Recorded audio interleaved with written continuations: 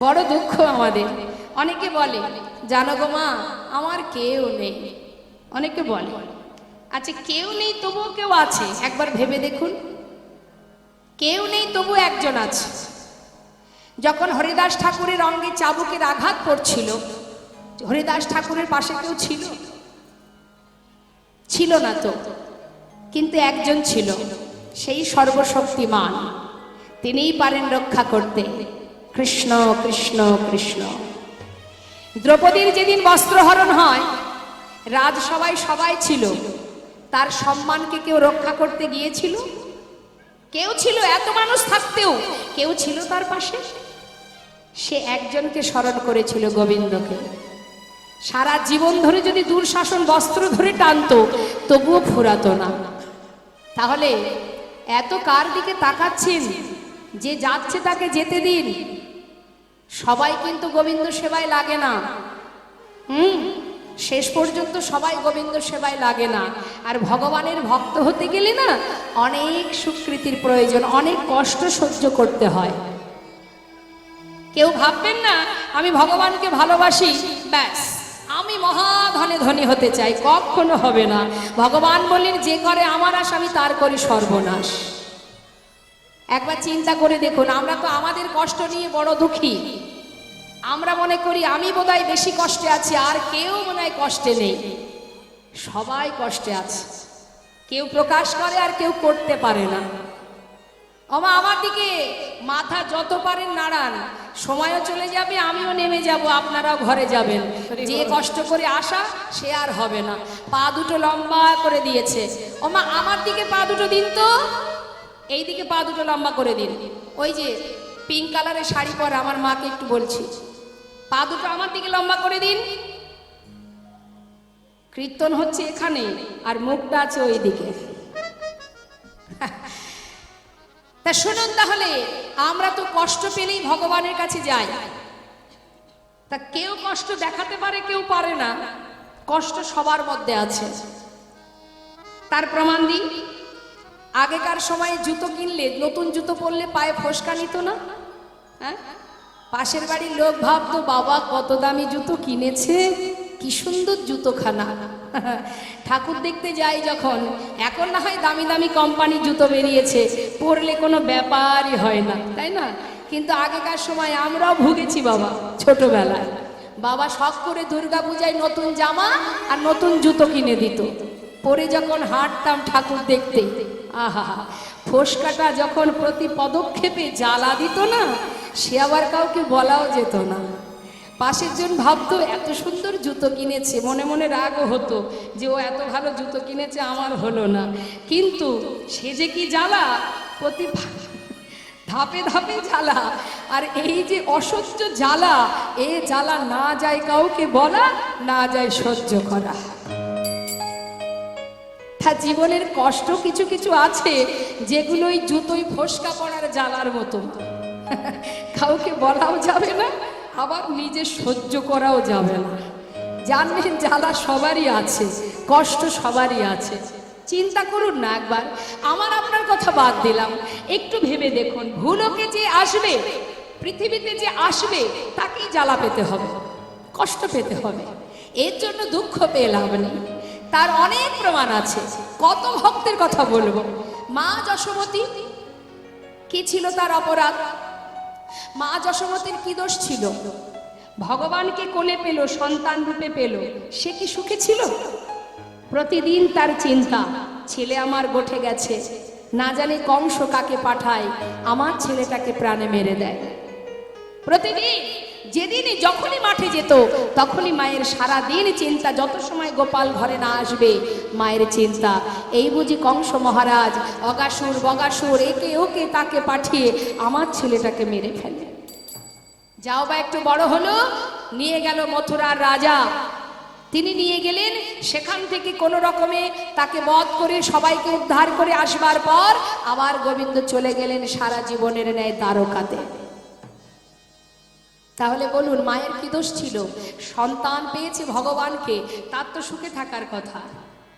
দ্রৌপদীর কথা চিন্তা করুন, রাজসভাতে এত আপনজন থাকতে তাকে ভগবানকে স্মরণ করতে হয়েছিল নিজের মান রক্ষা করবার জন্য। কি ছিল তার অপরাধ?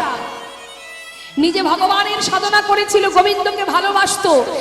বাবা সুন্দর করে একটা স্বয়ংসভা বানালো, যেখানে সে অর্জুনকে পছন্দ করে তার গলায় মালা পরালো, হয়ে গেল 5 পুত্রের সহধর্মিণী। তারপরে এত যন্ত্রণা ওই সভার মধ্যে তাকে পেতে হলো। একবার ভেবে দেখুন, মা দেবকী কি দোষ ছিল তার? সারা জীবন সে কত কষ্ট পেয়েছে। কি ছিল তার দোষ যে কংস মহারাজের কারাগারে তাকে সারা জীবন আবদ্ধ থাকতে হয়েছে? চিন্তা করে দেখুন, মা সীতা সারা জীবন বনে বাসে কাটিয়েছে, অগ্নি পরীক্ষা হয়েছে, আবার পাতালে চলে গেছে, ভগবানের সহধর্মিণী। কি ছিল দোষ? হরিদাস ঠাকুর ভগবানের নাম করতেন বলে তাকে চাবুকের আঘাত সহ্য করতে হয়েছে, অনেক কষ্ট, অনেক অবহেলা, অনেক যন্ত্রণা ভোগ করতে হয়েছে। প্রহ্লাদের কথা ভাবুন, 5 বছরের ছেলে, ছোট্ট শিশু, তার পিতা তাকে প্রাণে মারতে চেয়েছিল, একবার নয় বারবার, কিন্তু তথাপিও তারা কি ভগবানকে ভুলে গিয়েছিল? মা না, তাদের মনের একটাই লক্ষ্য ছিল। ভেবে দেখুন সুদামার কথা, জীবনে এত কষ্ট, এত দারিদ্রতা, এত দুঃখ, এত যন্ত্রণা, তথাপিও মুখে ছিল তার কৃষ্ণ কৃষ্ণ কৃষ্ণ। জেনে রাখবেন, যে বাড়িতে আজ আমরা এসেছি, এই বাড়ির যে জননী, যে মা, তিনি আমার কাছে বলছিলেন, মা একটা সময় আমার জীবনে ছিল, এক মুঠো অন্ন জোগাড় করতে পারিনি, নিজের কন্যাকে বিবাহ দিয়েছি সবার কাছে ভিক্ষা করে। জেনে রাখবেন মা, জীবনে যদি কষ্ট আসে, সে কষ্ট দূর হয়ে যায়। আবার যদি কষ্ট দূর না হয়, তাহলে এটাও ভাববেন, যদি কষ্ট আপনার জীবনে থেকে যায়, এটার পিছনেও কারণ আছে।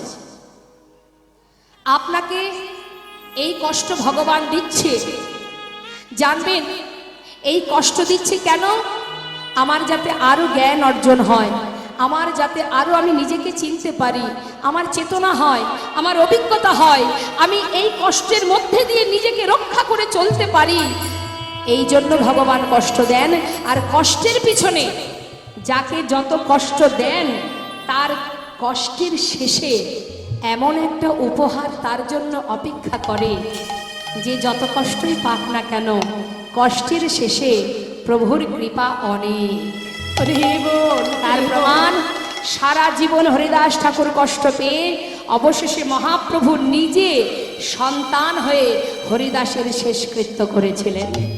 সুদামা সারা জীবন কষ্ট পেয়েছে, অবশেষে সে রাজপ্রাসাদ পেয়েছে।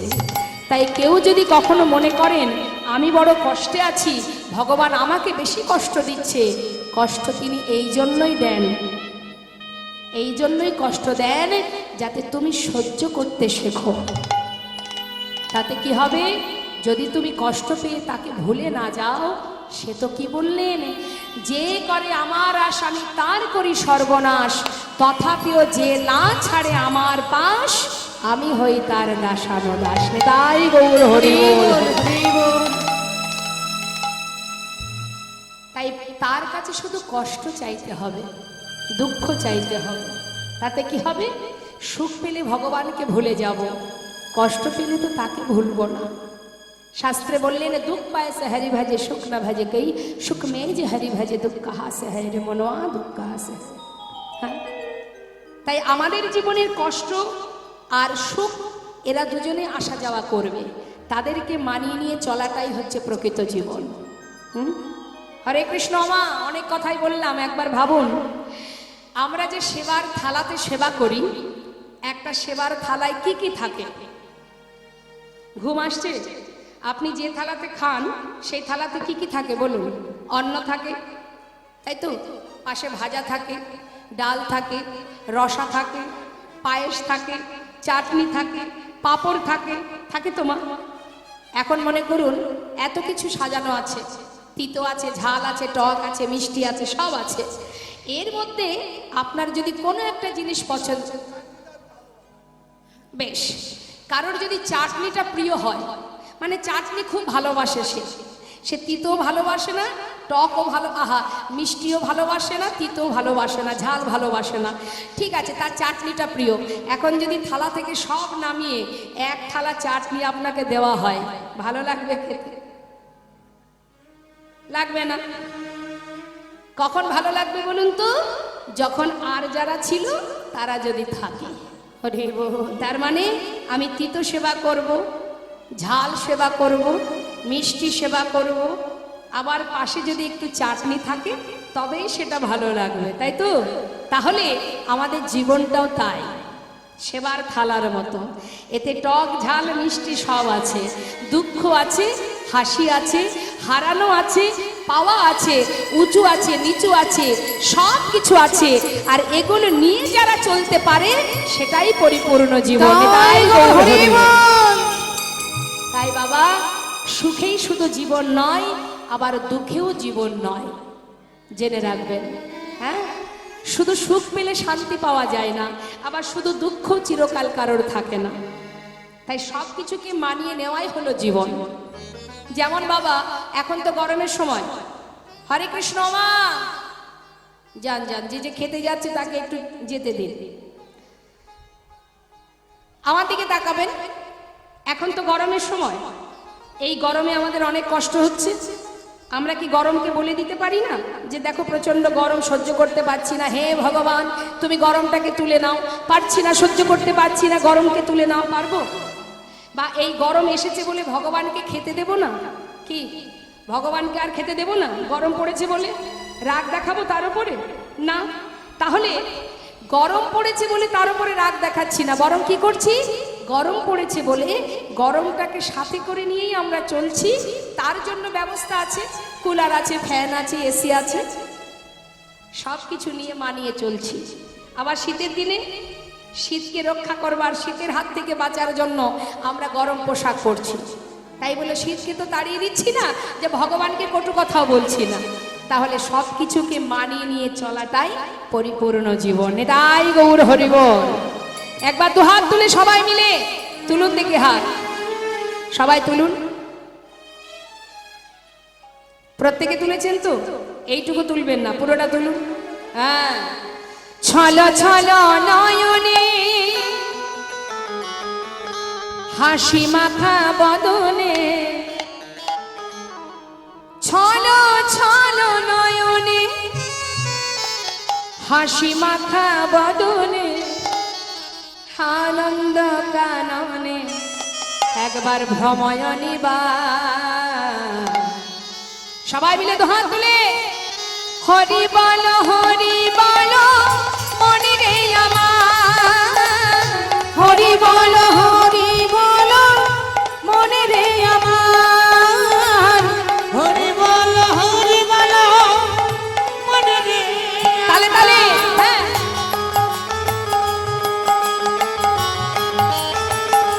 হরি বল।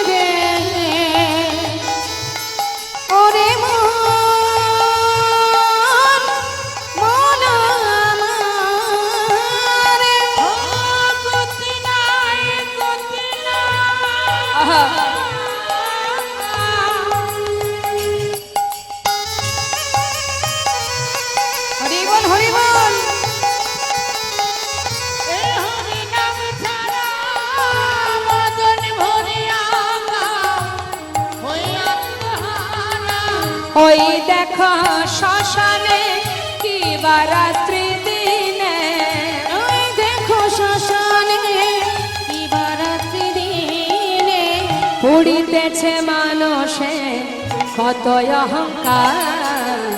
হরি বল হরি বল মনে রে আমার, হরি বল হরি বল মনে রে আমার, হরি বল হরি বল মনে রে আমার, হরি বল নাই গৌর হরি বল মনে রে আমার, হরি বল মনে রে আমার। গোবিন্দ বললেন এই পথের দানি আমি দান দিয়ে যেতে হবে।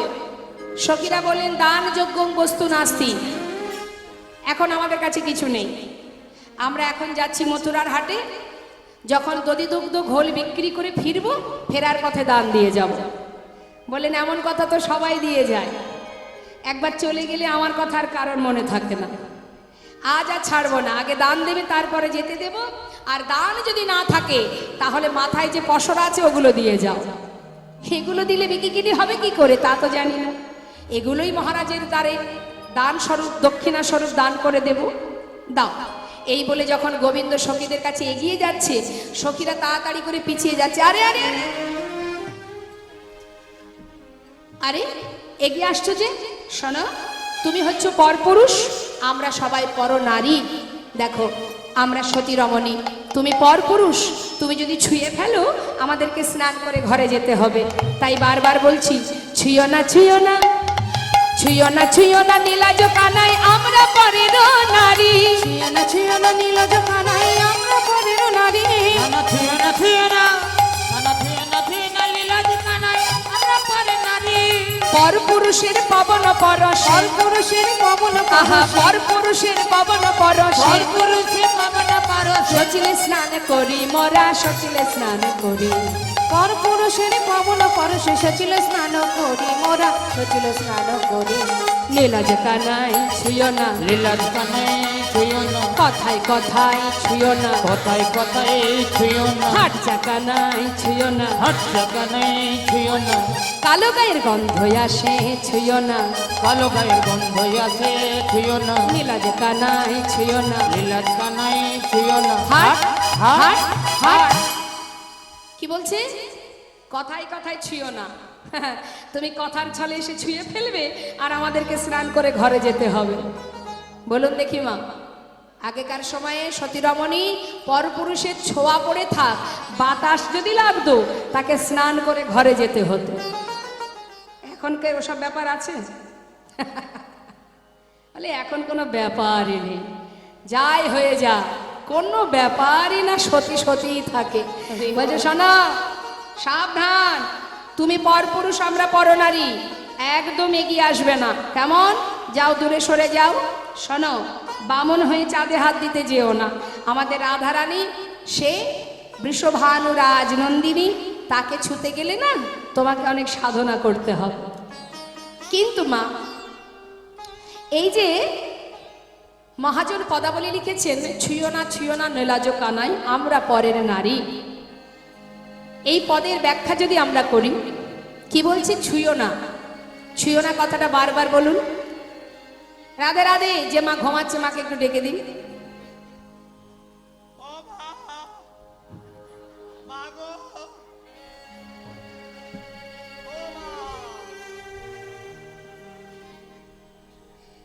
আচ্ছা ছুঁয়ো না কথাটা মানে ছুঁয়ো না শব্দটা যদি বারবার বলা হয়, বলুন আপনারা একভাবে বলবেন ছুঁয়ো না ছুঁয়ো না ছুঁয়ো না ছুঁয়ো না ছুঁয়ো না ছুঁয়ো না ছুঁয়ো না ছুঁয়ো। কি হচ্ছে? যে কথাটা বলছে ছুঁয়ো না ছুঁয়ো না ছুঁয়ো না ছুঁয়ো না ছুঁয়ো না ছুঁয়ো, এটা মুখের কথা ছুঁয়ো না, আর মনের কথা কি? হে গোবিন্দ তুমি ছাড়া আমাদের কে বাছবে, তুমি ছাড়া হরিব আমাদের কে বাছবে, তোমার দেওয়া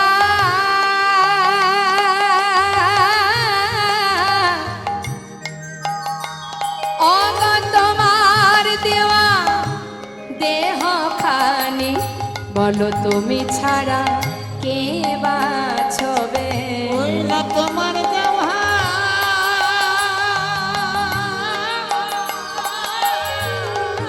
আহা, তোমার দেবা এ দেহ খানি হরি বল। হে গোবিন্দ তুমি ছাড়া কে বাঁচবে কি বললেন কথাটা মা? তুমি ছাড়া কে বা ছবি, এ তো তোমার দেয়া দেহ। এটা যেমন একটা ব্যাখ্যা হলো, আরো একটা কথা কি বললেন, ছুঁয়ো না নীলাজ কানাই, আমরা পরের নারী। এই পরের নারী কথাটা যদি বারবার বলা হয় কি আসবে? পরের নারী, পরের নারী, পরের নারী, পরের নারী, পরের নারী। আমরা পরের নই, আমরা যুগে যুগে আয় শুধু তোমারি। নেদাই গৌর হরিবল হরিবল। যুগে শুধু তোমারি আমরা পর নারী, পর নারী, আমরা পরের নই, যুগে যুগে শুধু তোমারি। আমরা বড় নারী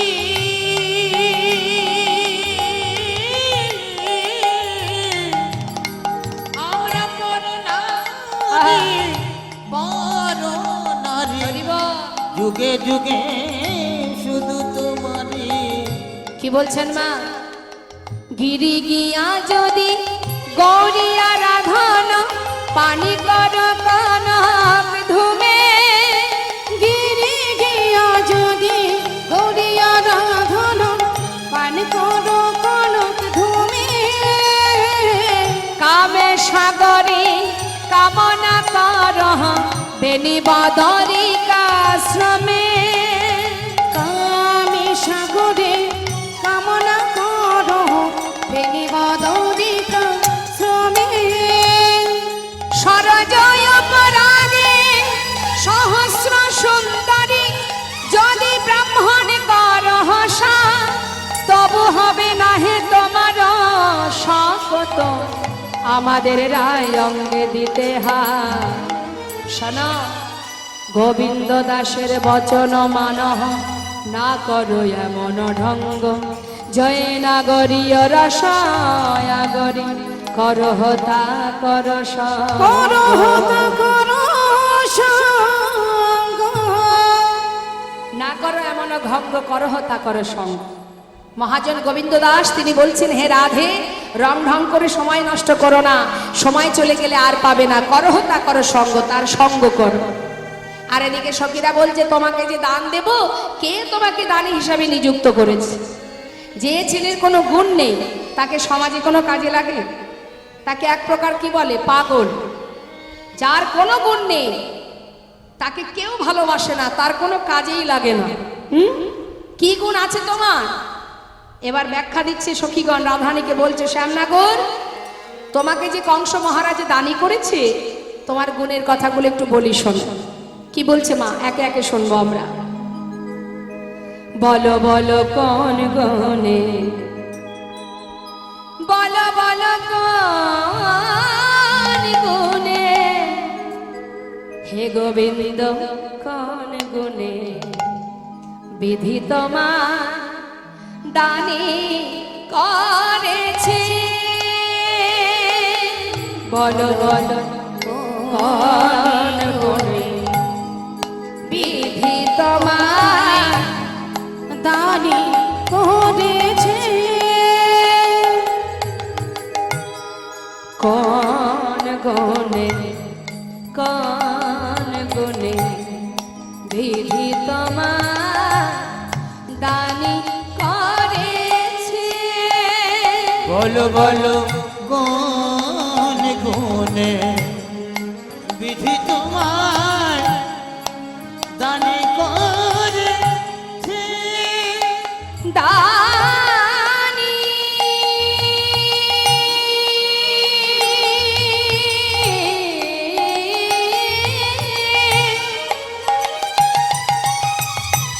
দানি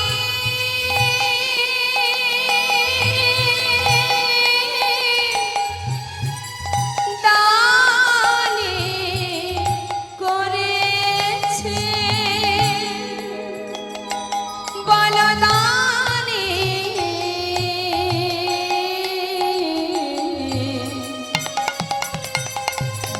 করেছে বলো বলো দানি করেছে বলো কোন গুণে বিধি তোমায় দানি করেছে করেছে কোন গুণে বিধি তোমায় দানি করে। এবার বলছি গুণের কথা। তুমি রূপেতে ভ্রমরা গুণে ননি চরা পেতে ভ্রমরা আবার গুণে ননি চরা ধনেতে ধবলি বসতি গাছে দানি করেছে কোন গুণে বিধি তোমায় দানি করেছে বলো কোন গুণে বিধি তোমায় দানি করেছে। এবার একটা একটা করে বোঝাবো। রূপেতে ভ্রমরা গুণে ননিচরা ধনে ধবলি বসতি গাছে। আপনি যদি আপনার কন্যাকে বিবাহ দিতে চান, ছেলের বাড়িতে গিয়ে সবার আগে আপনি কি দেখবেন? আমার সাথে কথা বলুন। পাত্রের বাড়িতে গিয়ে সবার আগে আমরা কি দেখি?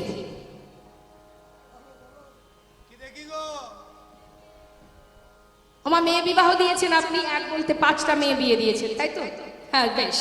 তা বলুন দেখি, যখন আপনি পাত্রের সন্ধান পেলেন, সেখানে গিয়ে সবার আগে আপনি কি দেখলেন? বাড়ি ঘর তো আগে দেখবো কি বাবা? হ্যাঁ, দেখবেন গাড়ি রিজার্ভ করে আসলে ছেলেকে সুন্দর করে সাজিয়ে গুজিয়ে আমরা রাখি, তোকে দেখতে আসছে। সবার আগে আমরা চোখে পড়ে কি ছেলেটা দেখতে কেমন, আগে দর্শনধারী, তারপরে তো গুণ বিচারী। দেখা গেল মেয়ে আমার সুন্দরী, হয়তো চোখে দেখে না, কানে শোনে না, 1 পা নেই কি 2 পা নেই, সেরকম ছেলে দেখে আমরা দেব? আগে দেখবো আমার মেয়ের সঙ্গে জামাইটি মানায় কিনা। রূপেতে সখীরা বলছে, হে গোবিন্দ, তোমাকে যে মহারাজ দানি করেছে, কি গুণ আছে তোমার? রূপেতে তুমি ভ্রমরা, গায়ের রং ভ্রমরের মতো কালো। এই যে চারিদিকে অন্ধকার দেখছেন না, এই অন্ধকারে তবুও চলা যায়, কিন্তু গোবিন্দের অঙ্গের বরণ অন্ধকারকে জয় করেছে, মানে এই অন্ধকারের থেকেও কালো। তা এই তো তোমার রূপ, কে তোমায় ভালোবাসবে বলো? ঠিক আছে, নিজেকে আয়নায় দেখেছো কোনোদিন শ্যামনগর? ঠিক আছে, রূপ নেই, ক্ষমা করে দিলাম। যার রূপ নেই তাতে কি আছে, তার যদি গুণ থাকে তাও সে ঘরে মেয়ে বিবাহ দেয়া যায়। বলে রূপ দিয়ে কি হবে, ছেলের আমার কত গুণ। তা গুণ, শ্যামনগর তোমার গুণের কথা বলি। ঘরে ঘরে ননি চুরি করে খাও, পাকা চোর, চোরের শিরোমণি, ভালো চুরি করতে জানে মা। কি করে চুরি করতে হয়, ওই চোরের শিরোমণি, চোরের মধ্যে পান্ডা তিনি, হ্যাঁ, তিনি ভালো চুরি জানেন। তা বলছে, যদি কেউ জানে অমুক এলাকার ছেলেটা চোর, সেই ঘরে মেয়ে বিবাহ দেবেন আপনারা? তাহলে রূপও নেই তোমার, আবার গুণও ভালো নেই। ঠিক আছে, সেটাও ছেড়ে দিলাম। যদি তোমার বিশাল মানে অনেক ধন সম্পদ থাকতো, তাও তো আমার মেয়ে খেয়ে পড়ে বেঁচে থাকতো, সে ঘরে মেয়ে দেয়া যেত। আগেকার সময় দেখতো না, মা বাবা কি দেখতো আগেকার সময়? আগেকার সময় দেখতো যে জামাই যে বাড়িতে মেয়ে বিবাহ দেব, সেই বাড়িতে কতজন সদস্য আছে, কত জমি জায়গা আছে, কত বাড়ি আছে, কটা গাড়ি আছে, তাই না? কতটা জমি আছে, ধানের গোলা কতগুলো আছে, এগুলো আগে দেখতো। এখন না হয় দেখে যে জামাই কি করে, আগে আবার এসব দেখতো না। বাবার যদি থাকে সে ঘরে মেয়ে দেয়া যেত। তা সখীরা বলছে, যদি তোমার ধন সম্পদ থাকতো শ্যামনগর, তবুও কেউ না কেউ তোমাকে ভালোবাসতো। ধন সম্পদ বলতে আছে তো 9 লক্ষ ধেনু, যাদের নিয়ে মাঠে মাঠে ঘোরো, তাও যদি তোমার হতো কোনো কথাই ছিল না, সবই তো তোমার পিতা নন্দ মহারাজের, নিজের তো কিছু নেই। ঠিক আছে, রূপ নেই, গুণ নেই, ধন নেই, মেনে নিলাম। যদি মনে করো তার বিশাল অট্টালিকা থাকতো, মানে বসতি যদি থাকতো। বসতি কোথায় গোবিন্দের? আহা, শ্যামনগর তোমার বসতি কোথায়? সারাদিন ওই গাছের ডালে উঠে বসে থাকো। ওরে বল, রূপেতে ভ্রমরা, গুণে ননিচোরা, ধনে ধবলি, তাও তোমার পিতার, আর বসতি গাছ। তাই সাবধান, বামন হয়ে আমাদের চাঁদে হাত দিতে যেও না। হইয়া বামন স্বভাব এমন, তুমি হইয়া বামন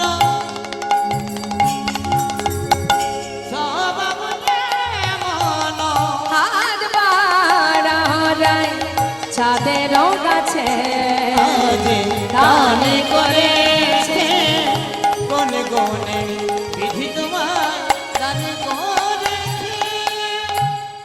কথায় আছে, স্বনামে পুরুষ ধন্য, পিতৃ নামে চ মধ্যম, শ্বশুরের নামে যে বিলায় সে হলো অধম, স্ত্রীর নামে যে বিলায় সে হলো অধম অধম।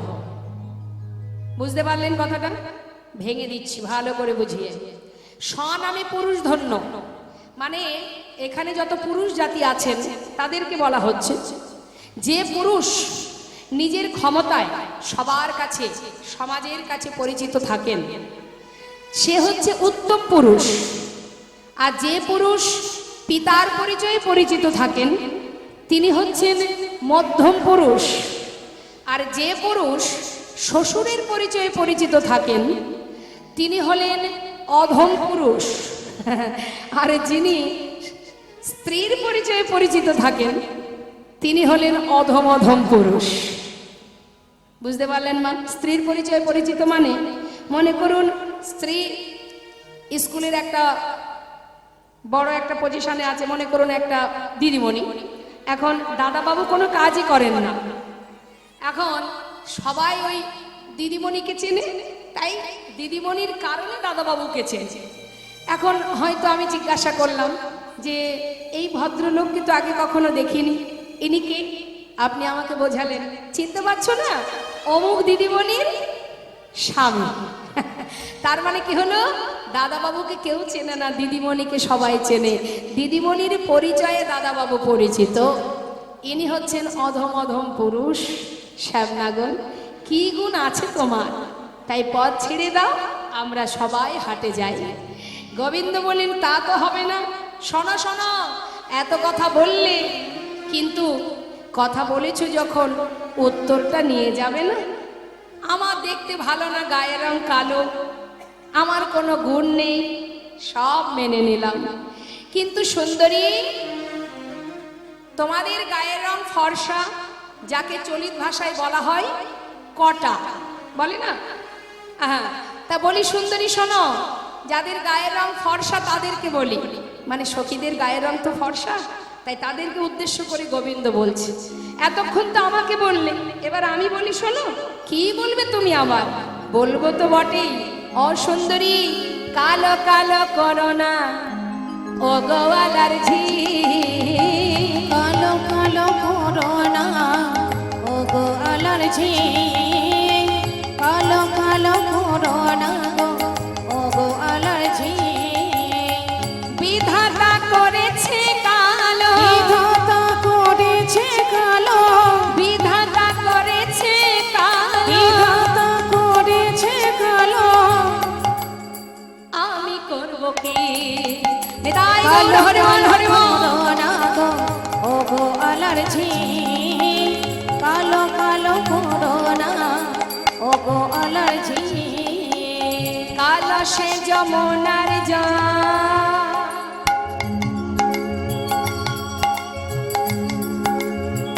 আর কালো সে যমুনার জল সর্বলোকে আর কালো সে যমুনার জলে সর্বলোকে খায়। কালো মেঘে বৃষ্টি হলে জগত জোড়ার, আর কালো মেঘে বৃষ্টি হলে জগৎ জোড়ায়। কি বলেন মা? কালোর কত গুণ আছে দেখুন। কালো জগতের আলো, প্রদীপের শিখার নিচে যদি অন্ধকারটা না থাকতো তাহলে আলো এত সুন্দর হতো? এই যে রাত্রের আলোটাকে দেখে আমরা এত খুশি কেন? এই কালোটা আছে তাই, অন্ধকারটা আছে তাই। দিনের বেলা সূর্যকে পেয়ে আমরা খুশি হই কেন? না অন্ধকার আছে বলেই দিনের বেলাটাকে আমরা এত খুশিতে আমরা আনন্দে গ্রহণ করি। তা সুন্দরী শুনে রাখো, বলছে যে কালো আমার অঙ্গের বরণ কালো, আবার কালোর গুণ আছে দেখো কত। যমুনার জল কালো, যেটা সবাই আমরা পান করি। আকাশে যত সময় ঘন ঘটা মেঘ না হয়, কালো মেঘ না হয়, তত সময় বৃষ্টি হয় না। আর বৃষ্টি না হলে এই ধরা কিন্তু ঠান্ডা হয় না। হ্যাঁ, এই জগৎ ঠান্ডা হবে কখন? যখন কালো মেঘে বৃষ্টি হবে।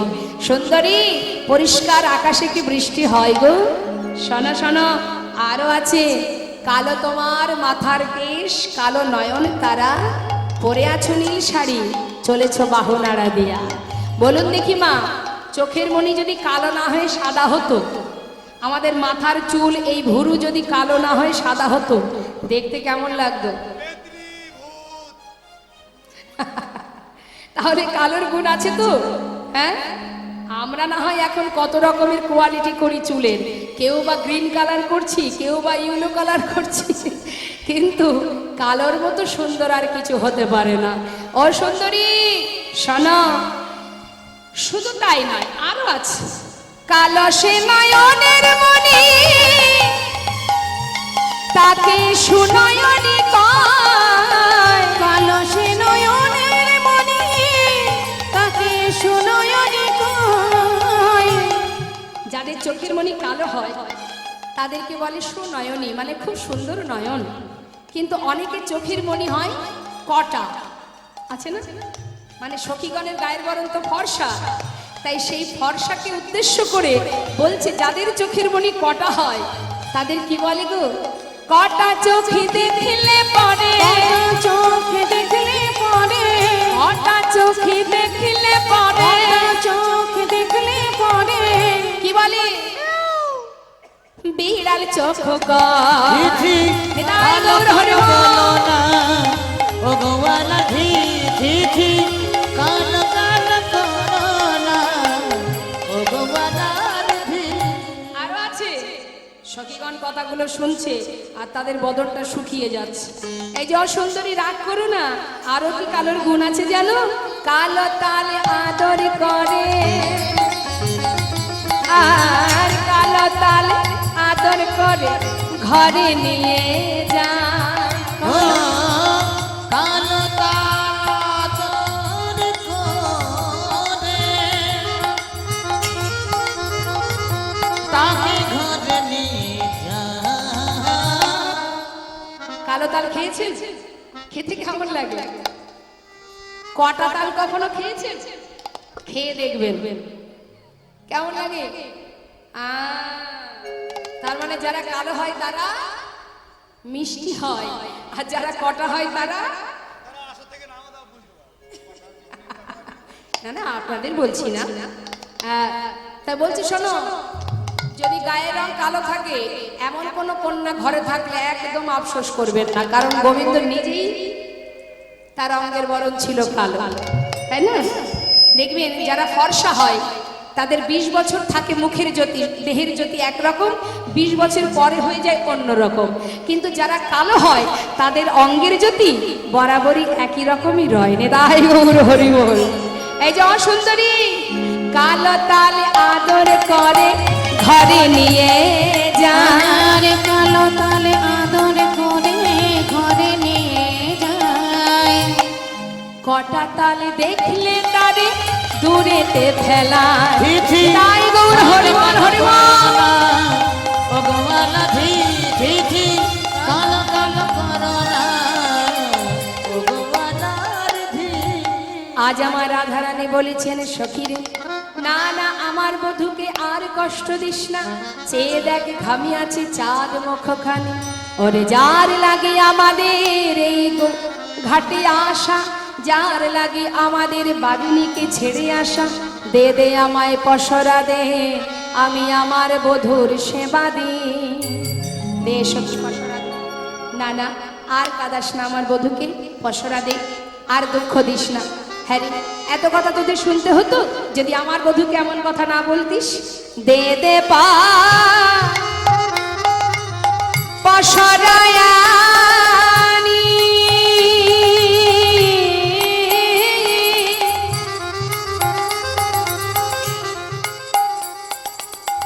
ওরে জানে লাগে বিকি কিনি।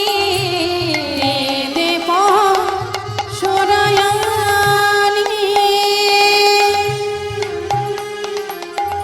যার লাগি বিকি কিনি, সেই খা ক্ষীর স্বর্ণবনে, সেই খা ক্ষীর স্বর্ণবনে।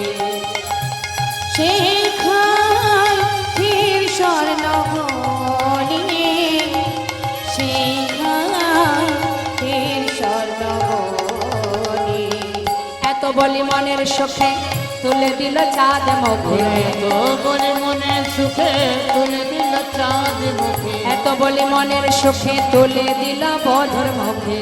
এত বলে মনের সুখে তুলে দিল বধুর মুখে। সখী দিল রাধা নবদনে গো, সখী দিল রাধা নবদনে গো, ওই সখী দিল রাধার বদনে। ভজন হইল সা আচমন করিল তার, জন হইল সাজ আচমন করিল তার। প্রসাদ পাইল জনে জনে, প্রসাদ পাইল জনে জনে। ওই না প্রসাদ পাইল জনে জনে গো, প্রসাদ পাইল জনে জনে। কৃষ্ণ প্রসাদ তারাই পেল, কৃষ্ণ প্রসাদ তারাই ওগো কৃষ্ণ প্রসাদ তারাই পেল, কৃষ্ণ প্রসাদ তারাই যারা আশা করে বসেছিল কৃষ্ণ প্রসাদ তারাই পেল। আশা করে বসেছিল কৃষ্ণ প্রসাদ তারাই পেল। এত বলি মনের সুখে তুহু হ্যাঁ রে দুহার মুখে, এত বলি মনের সুখে দুহার দুহার মুখে। তুহু রূপের বলিহারি যায় গো, তুহু রূপের বলিহারি যায় গো। ওই না দুরূপের বলে হারি যায় গো, দুরূপের বলে হারি যায়। তুহু রূপের মাধুরী দেখিয়া নয়ন ভরে, দুহুরূপের মাধুরী দেখে আসে নয়ন ওগো তুহু রূপের মাধুরী দেখিয়া নয়ন ভরে। দুরূপের মাধুরী দেখিয়াছে নয়ন ভরে। গুণ গাই বৃন্দাবন দাসে গো, গুণ গায়ে বৃন্দাবন দাসে গো, গুণ গাই বৃন্দাবন দাসে। নয়ন ভরে দেখে নাও গো, নয়ন ভরে হেরে তোমরা নয়ন ভরে দেখে নাও গো। ভরে দেখে নাও। আমার রাধা গোবিন্দের মধুর মিলন নয়ন ভরে দেখে নাও এই গো। রাধা গোবিন্দের মধুর ওগো আর ভাগ্যে হয় কি না হয়, রাধা গোবিন্দের নিতাই গৌর হরি বল হরি বল হরি বল। রাধা গোবিন্দের মধুর মিলন নয়ন ভরে দেখে নাও গো। ভরে হেরে নাও গো। শ্রীমতী রাধানী বলেন সখীরে আমি আর ঘরে ফিরবো না, যার লাগি আমার বধুর কাছে আসা, যার লাগে বিকি কিনি, আজ যখন তার কাছে এসেছি আমি আর ফিরবো না। সখীরা বলে রাধে এমন কথা বলিস না, সারা জীবন যদি বধূকে পেতে হয় এখন বধূকে সেবা দিয়ে চল আমরা আবার ফিরে যাই। আর যদি একবার বাদিনীগণ জানতে পারে জনমের মতো বধূ দর্শন তোর আর হবে না, তাই রাধে তোর বধূ সেবা দিয়ে একবার যুগলে দাঁড়া, আমরা সবাই মিলে যুগল দর্শন করি। রাধা গোবিন্দ যুগলে দাঁড়ালেন, সখীরা সবাই মিলে রাধা গোবিন্দের যুগল দর্শন করে মনের সুখে সবাই মিলে যুগল গুণগান গাইতে লাগলেন। হরিবল হরিবল হরিবল।